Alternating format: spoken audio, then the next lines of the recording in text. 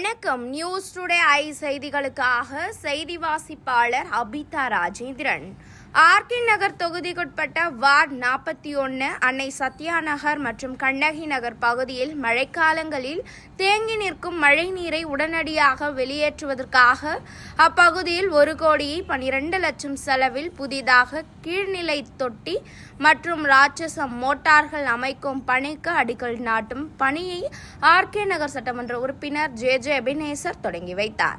இந்நிகழ்வில் 41வது வார்டு மாமன்ற உறுப்பினர் விமலா, மண்டல குழு தலைவர் நேதாஜி கணேசன், பகுதி துணை செயலாளர் கோவிந்தராஜன் மற்றும் பல்வேறு அணியை சார்ந்த நிர்வாகிகளும் வட்ட செயலாளர்கள் மற்றும் மாநகராட்சி பொறியாளர்கள், உதவி பொறியாளர்கள், செயற்குழியாளர்கள் மற்றும் மாநகராட்சி அதிகாரிகள் கலந்து கொண்டனர்.